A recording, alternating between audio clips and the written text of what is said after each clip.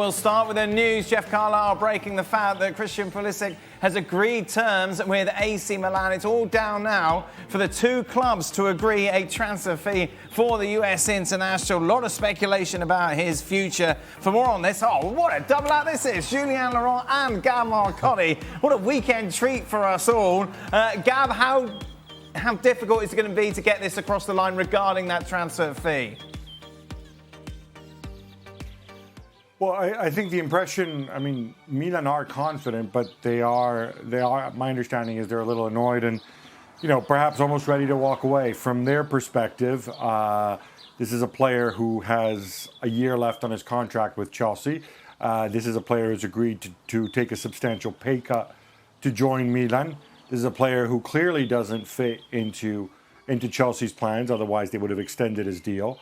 And I think they certainly feel a little disappointed. I think they thought that they had a deal at 15 million, maybe 18 million. Now my understanding is Chelsea want 25 million, possibly because they know Milan are getting money in for Sandro Tonali. My understanding is Pulisic is probably a little bit frustrated as well. Let's just forget pretty much everything you've just said, Gab, because we've got to discuss if he does go there. Does he start? This is our whole show pretty much, so we can't say he's not going because he's going to go there now, we've decided. Does he start? I would expect, I would expect that he does start. Milan's still in a little bit of flux. They obviously want to bring players in. Not 100% clear whether it's going to be 4-2-3-1 or a 4-3-3 setup, but you assume Rafael Leao, who, by the way, Dan, fun fact, will be known as Rafa next year. And change his shirt number from 17 to 10. He'll be on one wing, and you expect Christian Pulisic to be on the other one. The combination there, Alexis Salamakers, who could be moving on as well. Junior Messias, another guy possibly staying, could be moving on, unclear. And then obviously Olivier Giroud through the middle, although, Milan still hoping, or planning, I should say, to bring in another centre forward. So if Pulisic does start, Jules, does he succeed there? It's a good question. He will have to start on the right-hand side because Leao or Rafa, as Gab said, is going to play on the left-hand side, which really is Pulisic's best position, the left-hand side. So he will have to play on the right, and maybe we'll need a bit of time to adapt to that kind of position, which is different to the left-hand side. You don't do the same things when you're a right-footed winger on the right than you could do on the left, for example. But apart from that, I think this will be a good move for him. It's a team that the characteristic of this team under Pioli, I think, suits him, especially the verticality, and we saw that in the Champions League, for example, especially against Napoli, so that could work. But he will need a bit of time, of course, to adapt to what Serie A is, Italian football is, a new team, new teammates, new culture, etc. But I think it would be a good move for him, and I think he would succeed. Milan fans excited by this move, Gab? Well, Milan fans are still annoyed that Sandro Tonali is leaving, of course, first and foremost. No, look, obviously, everybody watched Pulisic at the World Cup. People know the story of his time at Chelsea and the lack of playing time that he's had. So obviously, somebody with his qualities, the directness, as Jules said, he would form a good pairing with Rafael Leao, and then there are other solutions too. There's been talk of playing Rafael Leao, through the middle, in which case Pulisic would be back on the left. There are different solutions there. Would you have had Xhaka if you could? If I could, yeah. Yeah, you'd gone Xhaka like Rafa. Yeah. Yeah, but you weren't given that opportunity. No. If only I were playing now, Dan. Well, things would be so different. If only. What's success for Pulisic?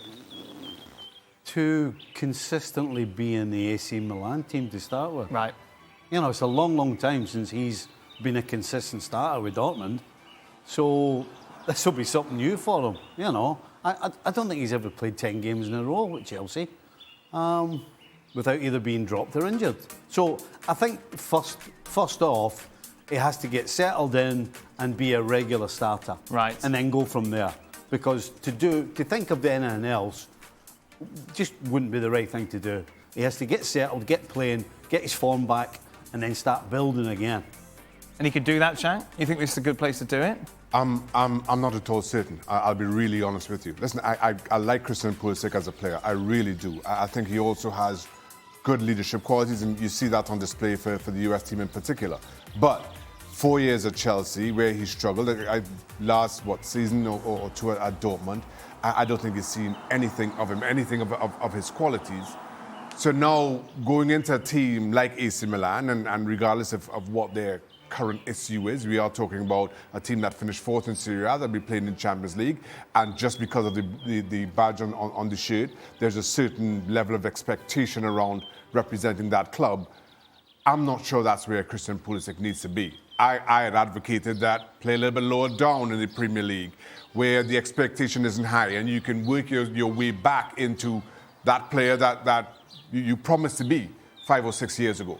I'm not sure that again, AC Milan, given all that club represents, is the right platform for him. Again, incredibly talented player, but I just felt that he needed to take a step back before taking two forward. It's not only, of course, Christian Pulisic who is making that move from Chelsea to Milan, but Loftus-Cheek as well, Gab. We were saying before, what does Loftus-Cheek give you these days? It's a good question. I mean, look, this is a player who I think often leaves people extremely frustrated, because here's a big, tall, strong dude who is also really, really good with his feet. And yet, really, I'd argue until the last couple months of the Maurizio Sarri season, when he was really, really good, really hasn't given the best of himself. I think Milan hope that they can regenerate him. Obviously, very different player from Tonali, but he seems up for it. He seems motivated, and he gives you something different in the middle of the park. Meanwhile, US international Yunus Musa linked to Milan as well, Jules. He had such a disappointing season last year. Obviously, everyone around Valencia did, and he's only 20 years old, and we know his potential. So is this the right place for him to grow, do you feel? I think he needs to move out of Valencia anyway. The environment is too toxic. We know of Peter Lim and the ownership with the fans, how much struggles the team had through the season, even if they stayed up. This is not a good environment for him to keep his progression, keep growing, and he's far too good for that. So he has to move. Another move in Spain, I think, would have been good.